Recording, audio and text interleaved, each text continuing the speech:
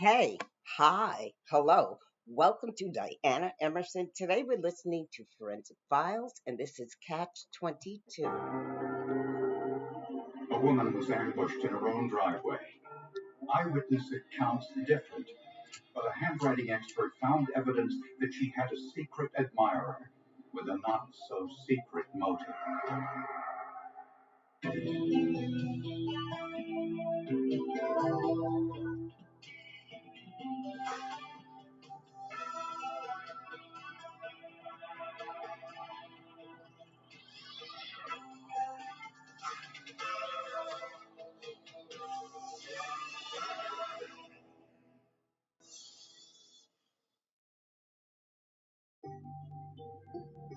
In the 19th century, Manchester, Connecticut was the silk capital of the world. Today, the mills are apartments, and the town is enjoying growth and new investment. I believe population's around 58,000 people. We have a large retail center in the north section of town, which draws a lot of people into that area. Manchester was home for Gail and Doug Islip, who had been married for a little over 3 years. They both had grown children from previous marriages. She was Grammy to anybody. Her grandchildren were her whole world. Even my cousins who have children, they were her grandchildren. We were a very close family, very connected. But in the spring of 1996, Gail's family noticed that she was behaving suspiciously. And I said something to her about it. I said, "Well, what are you doing hanging blankets from the windows?" And her response to me was, "Well, you never know who could be out there looking in your windows." On another occasion, Gail had refused to let her daughter drive her car. She parked behind me and I said, "Mom, where are your keys?" And she refused to let me take her car. She's like, "Oh, no, just move my car. I don't have enough gas." And she made up one excuse after another. Even a simple phone call set Gail on edge. You could tell when the phone rang, she was nervous about it, about who it might be on the other end. I think that she felt like she was protecting us by not exposing us to any danger that might be around. On April 30th, 1996, Gail ended her shift at the Walmart store around 10 p.m., then drove home. Her husband, Doug, said he heard Gail pull into their driveway. Then he heard a commotion.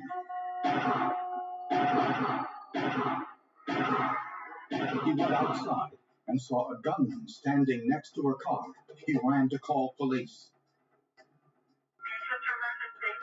There's a robbery here. I think somebody shot at my wife. I just saw somebody there with a bat. When police arrived, they discovered Gail Islip had been shot multiple times in the head and was pronounced dead at the scene. Investigators found 7 .22 caliber shell casings scattered around Gail's car. It was very close and personal, and there was some indication that several of the wounds were close contact type of wounds. And police noticed that Gail's husband, Doug, was holding a .22 caliber revolver, the same caliber weapon used in his wife's murder. Well, naturally, we have a shooting. He's at the scene with a gun. Well, that's gonna be the first place you're gonna, consider something. Doug claimed he grabbed his gun for protection after he called 911. Police asked Doug to describe the man he saw kill his wife. He thought that the subject that he saw in his driveway was a Hispanic male, light-skinned male. But this contradicted his 911 call to police. I just saw somebody there with a bat. He also mentioned robbery, but Gail's purse and jewelry were still in her car.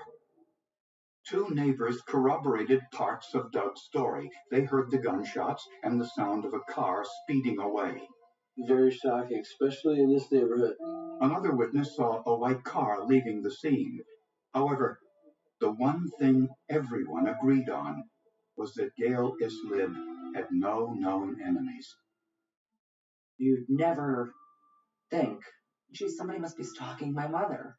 I mean, it just never would come to your mind. The first thought in my mind was, how the heck are we going to solve this thing? Because we really, at the beginning, had nothing.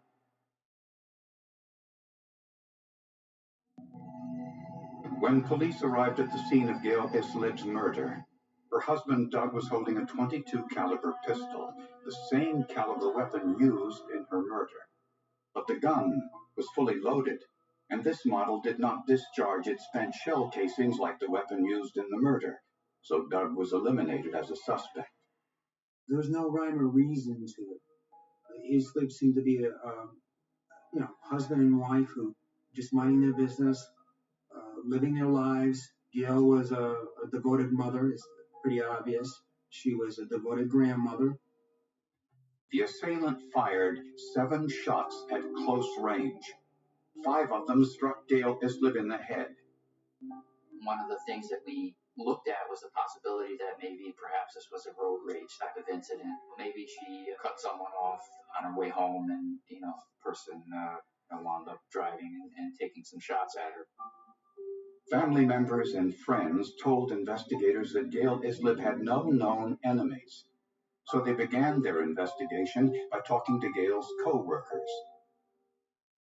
This is a group of crackerjack investigators. Paul Lombardo went to Walmart the next morning, 7 o'clock when the store opened up, and he started interviewing co-workers. Gail worked in the shoe department and told co-workers that a fellow employee had been bothering her. I think some of the words that the employees used were that this person was infatuated with Mrs. Islib and would, just constantly be talking to her and harassing her. The employee was 25-year-old Tyrone Montgomery.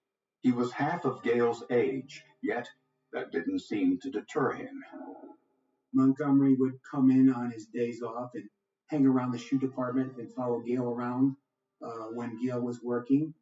It became obvious that he was drawn to her, and his feelings were unrequited. When police entered Montgomery's home, he wasn't there, but they noticed a white car like the one described by witnesses. It was registered to Montgomery's stepfather. Inside, in the ashtray, police found the remains of a partially burned note and several pages of intact notes. Dogs. Bring mace and duct tape to tie up dog's mouth. Come up with excuse. I'm returning her cake dish. Wipe down all weapons. Get ice pick from grocery store. Get him subdued and stick ice pick through his ear. It looked like a criminal checklist. But why did it mention using an ice pick to kill a man? Was it possible that the intended target was Gail's husband? At this point, we had no way of talking to him about that. So we had to find other means of tying these notes into Tyrone. So they sent the note to forensic document examiner Jim Streeter, along with known handwriting samples from Tyrone Montgomery's employment application. There were numerous individual handwriting characteristics and habits that I observed. We had the use of almost a cursive J in this print-style writing, and often it almost resembled a letter L, a cursive letter L. That was one letter. There was a consistent use of an entry stroke appearing to the left of the perpendicular in a lowercase e.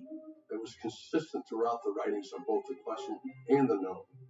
Streeter concluded that Tyrone Montgomery had written the checklist.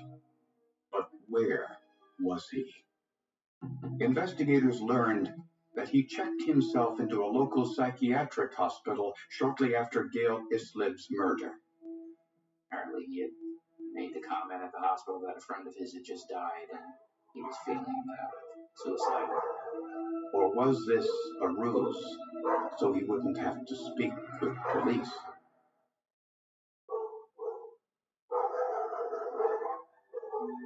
There are so many people that are affected by one violent act like this. And this happened to take, the center of our world.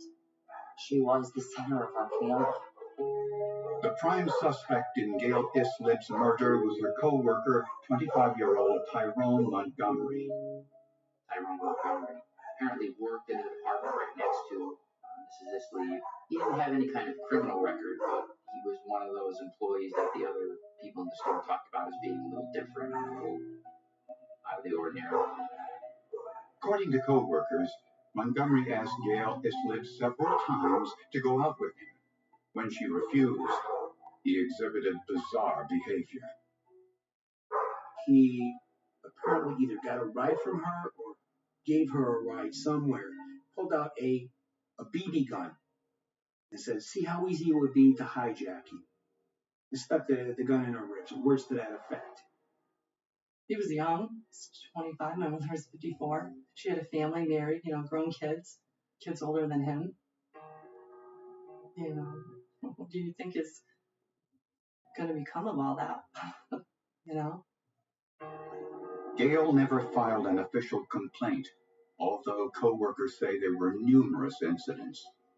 There were several occasions where Tyrone asked her out to dinner and she refused. One person indicated that they saw Tyrone put his arm around her back and she pushed his arm away. It was obvious that he had, at this point, was living some type of fantasy and believing that she was going to, go off with him. No one knows why Gail kept quiet and tried to handle the situation on her own. I'm really sorry that I couldn't help her with that, and that she felt she had to deal with it on her own. Because I know if that was me, I would be terrified. Not long after committing himself to the psychiatric hospital, Montgomery granted police a brief interview. We asked him about whether or not he had killed Gail Isley, and his denials were very calm and quiet, actually. So that was kind of an interesting note. Montgomery ended the interview quickly, so investigators asked the staff for the clothes he was wearing when he checked into the hospital. Guest pursuant to hospital policy, they had laundered the clothing before it was handed over to the Manchester Police Department via search warrant. So any analysis was worthless.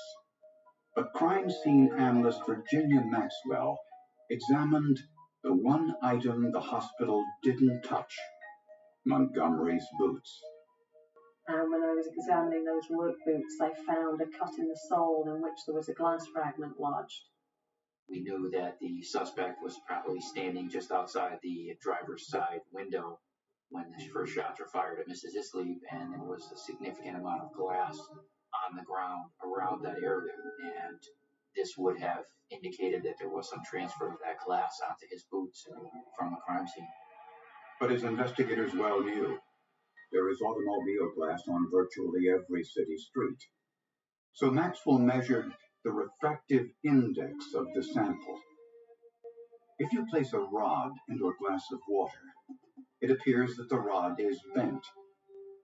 And that's not because the glass rod is actually bent, it's simply because the speed of light in water is different to the speed of light in air. Therefore, our eye perceives that the glass rod is bent. The extent to which the light changes is known as the refractive index.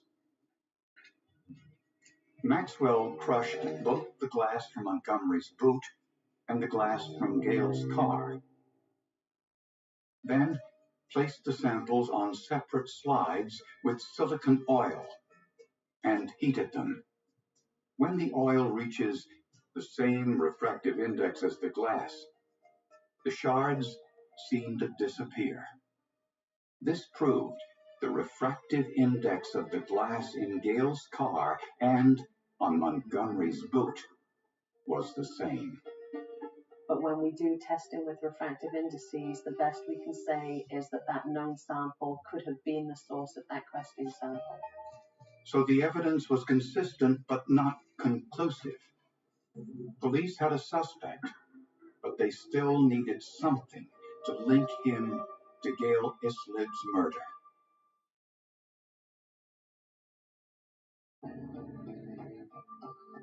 With a warrant, Investigators searched Tyrone Montgomery's home, looking for the .22 caliber weapon used in Gail Islip's murder, but they didn't find it.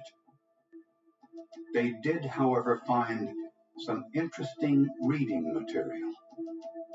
We found some indications that he had purchased some books, books on how to be a hitman, and what they were these books on quote-unquote how to commit a murder. We began to find parallels to what he had written in his notes, some of the things he had done prior to the murder. Montgomery owned another book entitled Methods of Disguise, a possible explanation for why Doug Islip gave conflicting information about the assailant. It all began to kind of fit together that the likelihood of him wearing makeup at the time was probably pretty good. In the basement, investigators found a makeshift firing range. There were several .22 caliber rounds in the walls and spent shell casings on the floor. The bullets recovered from the wall were too damaged for comparison. But the casings on the floor were compared to the casings from the crime scene. Under a comparison microscope, firearms expert Ed Jakimowicz studied the marks on each casing.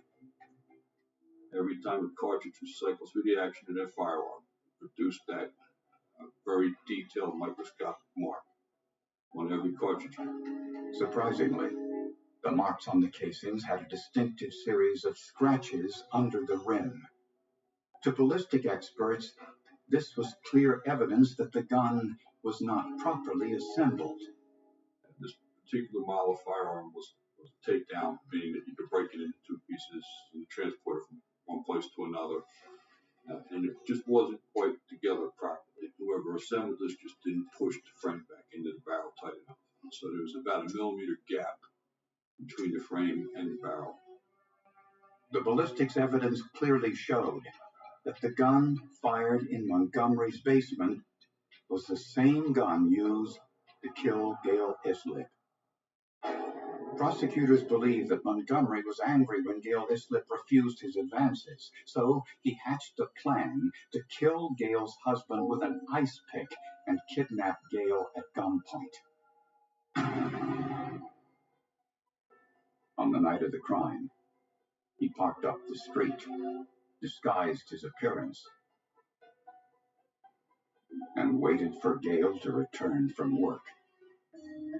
When Gail drove into her driveway, she saw Montgomery with the gun. Montgomery panicked and fired 7 shots into the car.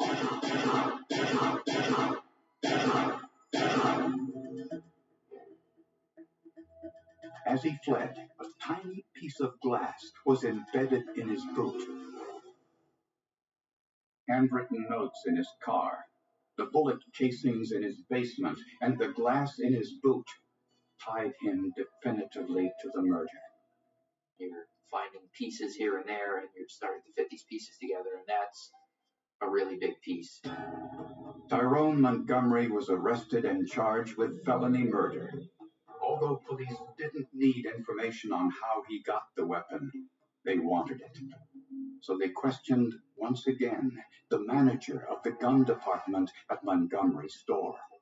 And this time, the manager admitted Montgomery bought a .22 caliber rifle shortly before Gail Islip's murder. Montgomery told him he wanted it for hunting. Here with a .22 caliber rifle. You might take down a squirrel, you might take down a rabbit, you might take down a pheasant if you're a very good shot, but you're not going to take out any kind of animals, game animals in this part of the country with a .22 caliber rifle. When the manager learned Gail Islip was killed with a .22 caliber weapon, he panicked and changed the store's logbook. What it would have done for Montgomery was it would have given him a gun that was untraceable, because there would have been no record of that gun having been sold at that store. Now that police had the serial number, they found the rifle in the possession of a local man who had bought it as a second-hand gun. Ballistic tests proved this was the murder weapon, and it had been assembled improperly. Looking at the size and the circumference surface of the cartridge case, And the most obvious mark in this particular case was that accidental mark left by that firearm not being properly assembled. In October of 1997, Tyrone Montgomery was convicted of felony murder and sentenced to 65 years in prison. It's difficult to know why someone like Montgomery would believe a kidnapping plan like this would work, but the science spoke with certainty. In certain aspects, he did a lot of planning. In certain aspects, his planning was pretty pathetic. His covering of his trail, I should say, was pretty pathetic. This case probably was more of a team effort than I've really encountered in all the years I've worked as a detective. We were very lucky that they were able to preserve certain evidence and then do their testing and come back with some solid, concrete, undisputed facts that, just, I think, made it very easy for the prosecution to really get a good conviction.